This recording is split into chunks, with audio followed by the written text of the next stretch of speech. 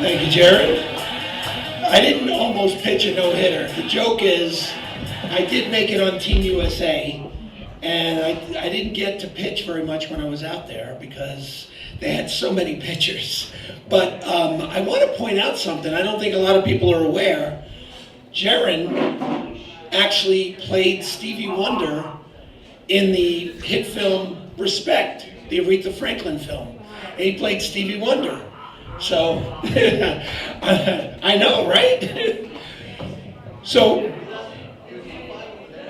I'm from Brooklyn, New York, and when I was a little kid, 4 years old, my father took me to a PAL benefit, which is the Police Athletic League, where they raise money for inner city kids and sports, and probably people are pocketing cash, who knows. But the headliner was Hall of Fame comedian Alan King. And I don't know if you guys remember, you remember Alan King? And at 4 years old, I remember thinking, wow, I've seen this guy on TV. It was such a thrill. And he did a great job. And after the show, I kind of wiggled through all these legs to get by the stage door because he was getting ready to leave. And I wanted to meet this guy that I've seen on television. And I got up to him, and he saw me standing there, and he said, "Hey, what's your name?" And back then, I was 4 years old. My family used to call me Jackie. And I said, "I'm Jackie." And he said, "Hey, Jackie, nice to meet you." And I said, "This is so great to see you on TV. I see you in person. This is great." And he says, "I'm going to tell you 2 things you're going to take with you for the rest of your life. Alan King is going to give me some advice." I'm 4 years old. Like, I had no idea it might be the worst advice I could ever get. I'm 4 years old. I'm buying into it, right? And he leans over and he says, "Listen to me. If something sounds like bullshit, it's probably bullshit. So don't let anybody bullshit you, okay?" And he began to walk away. And I was like, oh, okay. And he got to his limo, and he's standing there, and I went, "Hey! There you go. I'm 4 years old. I'm like, you said 2 things. What's the other one?" And he stopped, and he had that big cigar in his face, and he went, huh. And he came back over to me, and he knelt all the way down, and he said, "All the kids I've ever said that to let me walk away by just telling them the one thing." And I went like this. I'm 4 years old. I went, "What's the other one? Come on." And he goes, "All right, this is very important. Ain't a system been made that can't be beat. So you watch out for the bullshit, and remember, no matter what the system is, you can beat it." And then he took off. Little did he know that I was about to start school in a few months. And I'm excited because now I'm going to start looking for the bullshit in life. That's going to be my job. I'm looking for the bullshit. Well, I was like, huh, well, that's kind of weird. And I see the teacher's desk, and she's got this bowl of lollipops on the desk. I was like, huh. So I'm starting to kind of size up the room, right? Well, I was a kid that had a real fascination with girls, like at an early age. Had a real fascination with girls, especially if they pulled their chair out and made a lot of noise. I loved it. It was great. So my thing was, I didn't want to be the guy that punched girls in the arm. I wanted to try to get girls to kiss me. So I'm trying to figure out how to get the room arranged so that this way this could happen. So the kids go out for recess, and I let them all go, and I go up to the teacher, and I said, "Hey, what's the deal with the lollipops? What's going on with that?" And she goes, "Oh, anybody wants one, you can have one. I just brought them in. You could just have one, just take one." She goes, "You want one, Jack?" I said, No. But I locked that away, doing the Alan King thing. The next day, I came in with this plan. I came up with a game show. I'm in kindergarten. I came up with a game show in which I grabbed 2 girls from the class during our break, and I would ask them a question. If they got it right, they can go get a lollipop on me. Just go grab a lollipop. And if they get it wrong, they got to kiss the host. I'm 5 years old, right? So The teacher starts seeing something going on where every time we go on break, I'm sitting there talking, she's behind me, and I'm talking, and then the girl gets up and kisses me, and then I ask another question. I came up with like really hard questions. Nobody's getting any lollipops. Well, the teacher finally figured out what was going on, and now I find out what that phone is all about. That phone is a bat phone to the principal's office. You pick it up. So she picks up the phone and she says, Jack Vecchio's on his way to the principal's office. And she looks at me and she's like, no. So I walk out the door, and again I got Alan King in my head, and I'm like, they don't know how long it takes to walk to the principal's office. I mean, I could fuck off for a while, you know? Like, what am I gonna do when I get there? I get to the principal's office, I wait. Mr. Pecoraro, which it would be a few years before I realized how many jokes I missed out on that guy. Mr. Pecoraro calls me in his office and he says, Jack, I hardly ever have a kid in kindergarten come into the principal's office. What did you do? So I told him, I came up with this game show and the girls kiss me and otherwise they get a lollipop. And under his breath he goes, genius. And I looked at him and he goes, sit for about an hour and you go back to class and it'll be okay.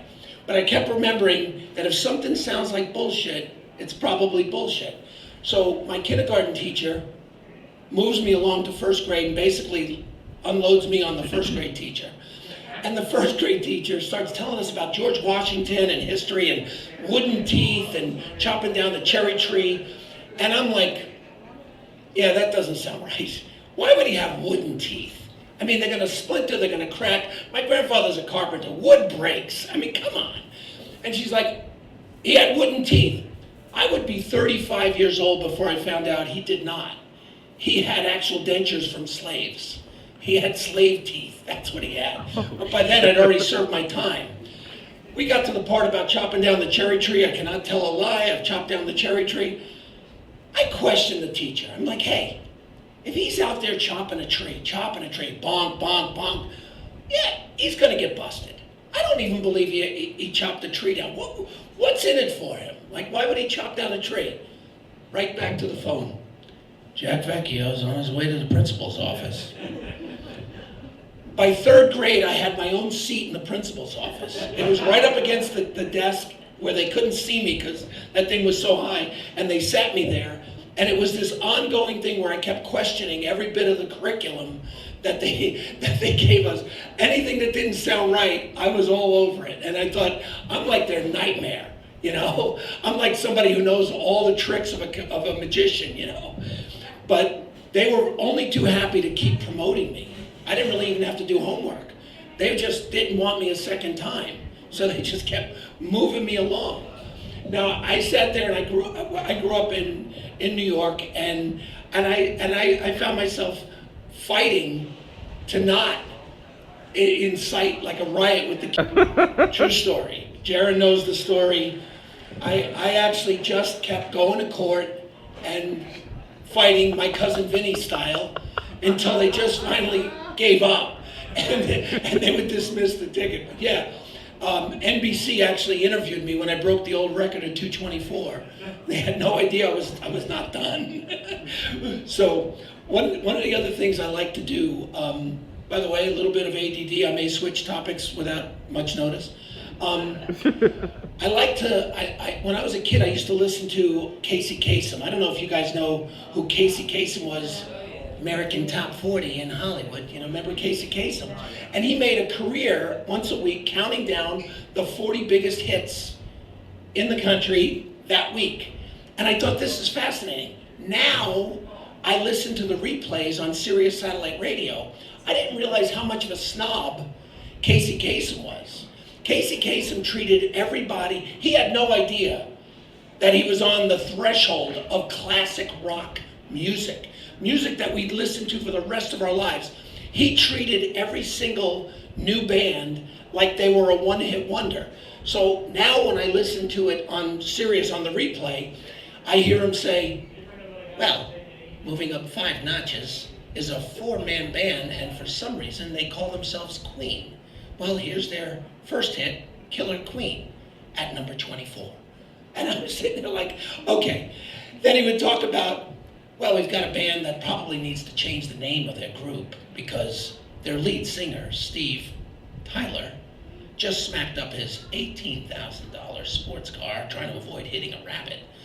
But if he gets another hit after Dream On, he probably will have that hit with the band with a new name, because right now the name of the band is Aerosmith.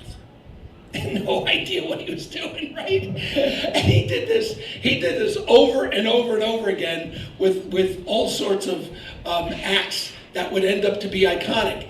One of the things I thought was really funny was he had an announcement to make about the highest charting group this week is a band called, and I kid you not, Steelers Wheel, with their hit song, Stuck in the Middle with You.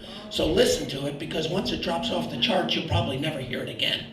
And I'm thinking, Casey had no idea what he had walked into.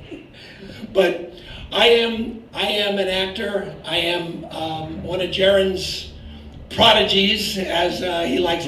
Jaren has produced, 2 or 3 of my TV shows? 5? Ah. Okay, 5, oh my God. We've been together a long time. We probably should be getting married. It'd be like with Karen, right? My wife let me know she was moving back to New York, but she let me know, it's not you. I just would like your career to be in New York, and if it's not, I'll be there, waiting for you until you decide to move. I'm like, I live in 75-degree temperature. I'm not moving. He was just asking. He was like, hey, where's Karen? I'm like, yeah, Karen's still in New York. She's waiting for me to arrive, I think. So, anyway, I want to thank you guys very much. That is my time. I'm Jack Vecchio, and I will, hey, how you guys doing? You made it. Was that you making all that noise with the chair? It was. Oh, that's my love. I'm going to give her a big kiss on the cheek. These are a couple of riding friends of mine. We go out and cruise. We went to Sturgis together. Yeah, I'm glad you made it. Jeez. All right. So, let me tell you something.